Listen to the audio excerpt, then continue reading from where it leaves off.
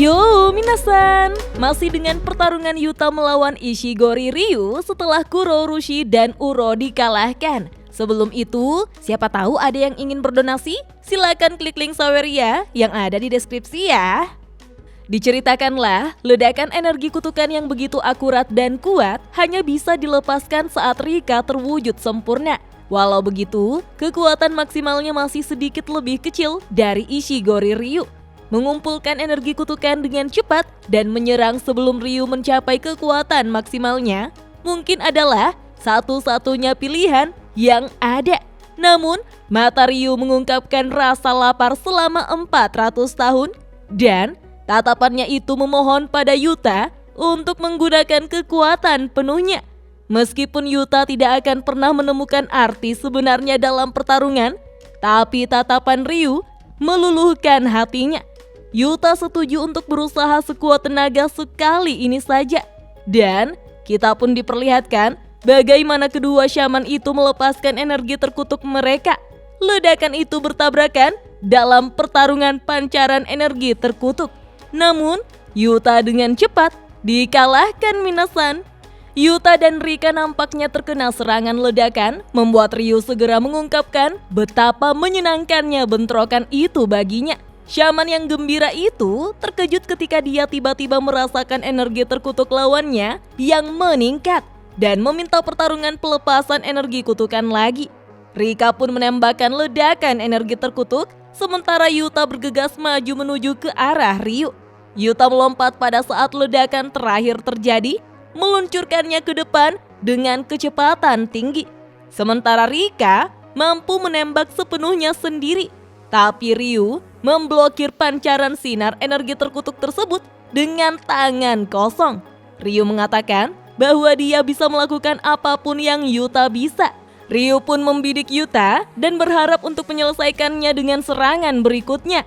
Ryu percaya bahwa lawannya tidak dapat pulih dengan cepat karena energi terkutuk yang dia keluarkan, apalagi telah menggunakan domain expansion. Namun, tanpa sepengetahuan Ryu, teknik kutukan Yuta telah terisi kembali. Yuta lantas menggunakan kemampuan Takako Uro untuk membengkokkan ruang dan mengarahkan ledakan Granite Blast milik Ryu ke udara. Tentu saja Ryu sangat terkejut. Awalnya, Ryu menduga jika Yuta cuma memiliki ucapan terkutuk saja. Ryu kira makhluk besar dan Yuta pasti mempunyai teknik yang berbeda. Tapi Ryu sadar jika ia salah. Teknik Okotsu Yuta adalah mimicry. Ryu mencoba menebak syarat apa yang harus dia penuhi untuk melakukannya, serta kapan Yuta memenuhi syarat itu. Saat itulah Ryu mengingat ketika Rika melahap lengan Uro yang sudah terpotong. Dan sosok Uro pasti ada saat dia memenuhi syaratnya. Yuta memanfaatkan Ryu yang sedang berpikir untuk memberikannya pukulan langsung ke dada Ryu dengan gerakan Thin Ice Missile milik Uro. Bersamaan dengan itu, Rika juga menghajar dengan pukulan ke bawah yang begitu keras tepat di kepala Ryu hingga menyebabkan kepala Ryu mengeluarkan banyak darah. Dijelaskanlah, 5 menit telah berlalu sejak Yuta mengenakan cincin-nya, menyebabkan hubungan antara Yuta dan Rika telah berakhir. Ryu mengambil keuntungan dengan memukul Rika menggunakan kekuatan penuhnya. Itu adalah sebuah serangan yang terlalu sulit untuk Rika hadapi, bahkan ketika sudah terwujud sepenuhnya. Kini, Rika mencapai batasnya dan menghilang dari pertarungan. Namun Yuta masih terus bertarung sendirian. Ryu bersemangat karena pertarungan mereka akan lebih seru lagi, bahkan setelah bertarung dengan kekuatan penuh. Ryu dengan gembira menyatakan bahwa pertarungan terakhir ini adalah makanan penutup yang dia rindukan. Yuta mengejutkan Ryu saat Yuta meraih Ryu dengan kedua tangannya, kemudian mulai membuat tekanan dari tubuh mereka yang begitu keras hingga membuat tanah di bawah kaki mereka retak. Setelah secara efektif menahan tubuh Ryu, Yuta mengklaim bahwa pertarungan telah berakhir, sehingga membingungkan Ryu. Saat Ryu melihat ke bawah, tepatnya ke tanah yang retak, siapa sangka ledakan Granite Blast yang tadinya berhasil Yuta tangkis ke udara menggunakan kekuatan Uro, kini kembali ke tempat itu dan menyerang Ryu yang sama sekali tidak menaruh curiga pada Yuta. Pada akhirnya, Ryu jatuh ke tanah dan dikalahkan. Ryu dengan cepat menyadari bahwa dia baru saja terkena serangan energi terkutuknya sendiri. Yuta mengarahkannya kembali menggunakan teknik Uro di saat yang sama ketika Rika memukul Ryu. Meski kalah, Ryu puas dengan pertarungan tingkat tinggi yang ia lakukan dan berterima kasih pada Yuta karena perutnya akhirnya kenyang. Setelah pertempuran di koloni Sendai berakhir, Yuta berbicara dengan Ryu yang kalah untuk mendapatkan kembali poinnya. Ryu memberitahu Yuta bahwa kekuatan Yuta ada batasnya.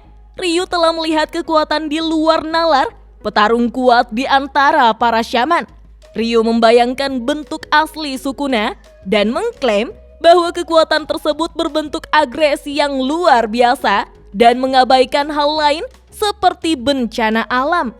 Ryu pun mengatakan kepadanya bahwa dia terlalu lembut, tapi Yuta tidak mau menerima pujian atas tindakannya itu.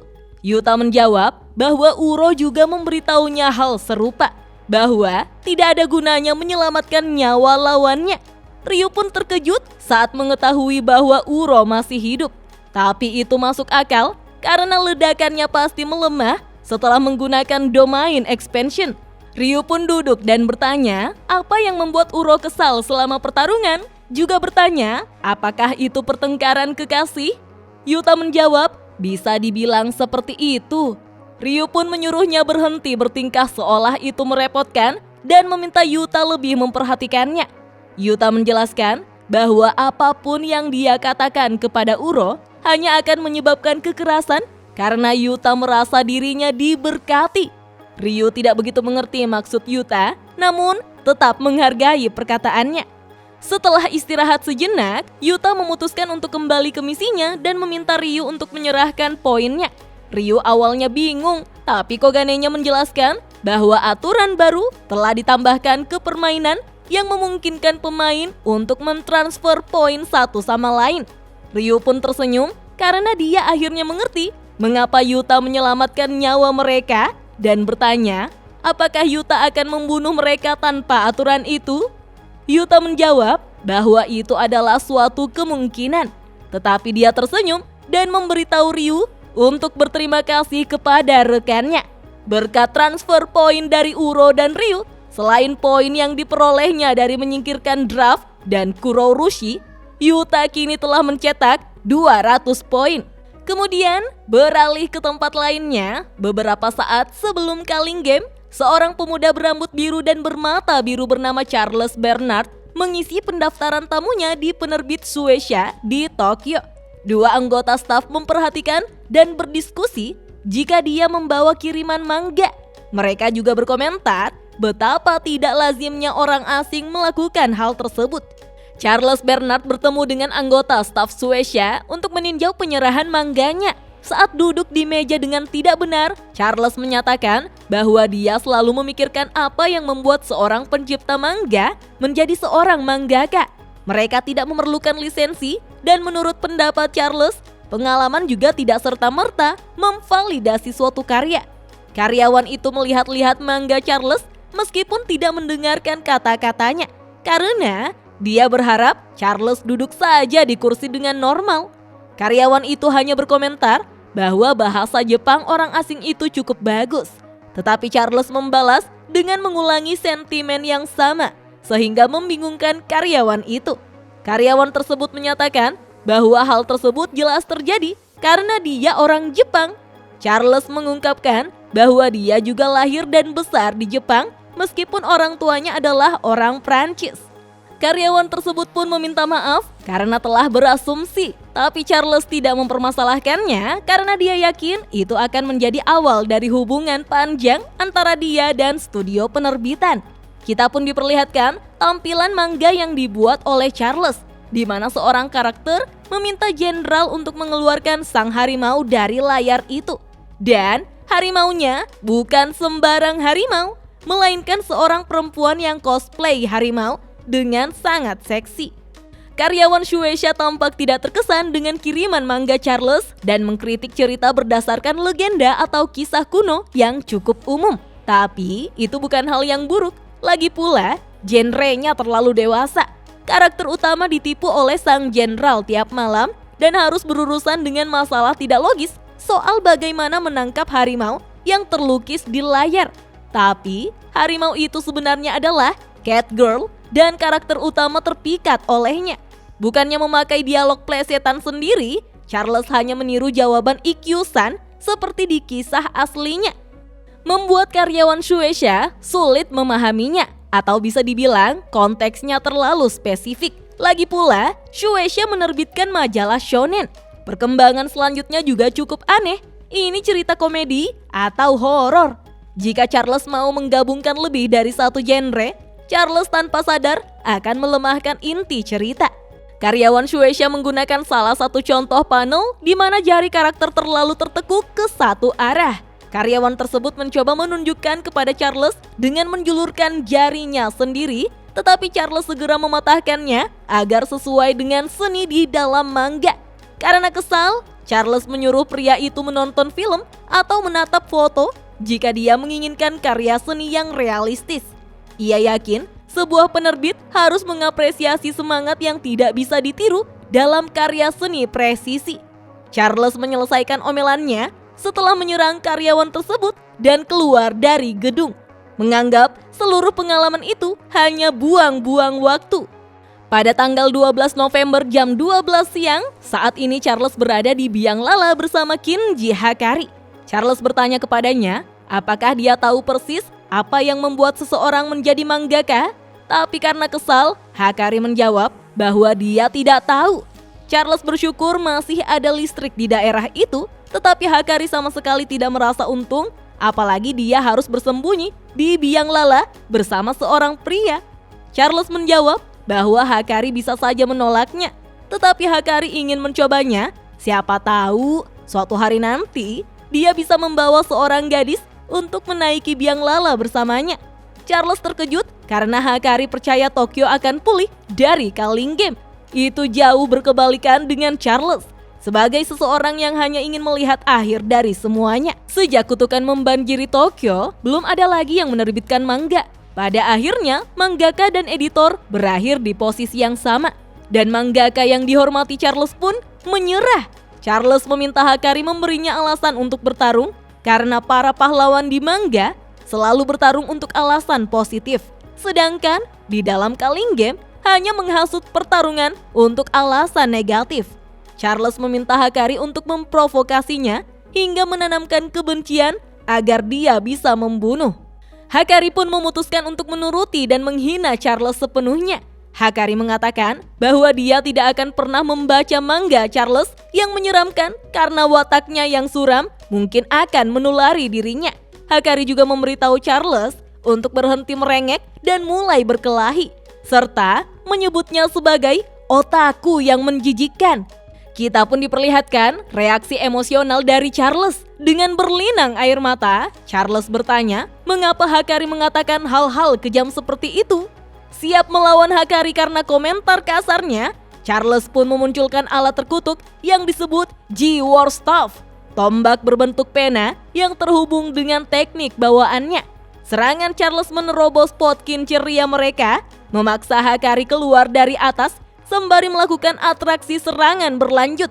Charles beberapa kali menusukkan tombaknya ke kepala Hakari sambil mengutip puisi dari mangaka yang ia kagumi, The Gray Man Volume 1. Impianku adalah menjadi astronot, tapi sepertinya aku tidak ditakdirkan begitu. Malahan, aku berpikir untuk berpetualang di angkasa dalam kepalaku. Hakari lantas menghindari serangan dan melompat dari kinceria ke sebuah bangunan di bawah tempat Charles mengikutinya. Hakari kesal karena Charles justru mengutip komentar mangaka Katsura Hoshino yang menurut Hakari itu bukan puisi.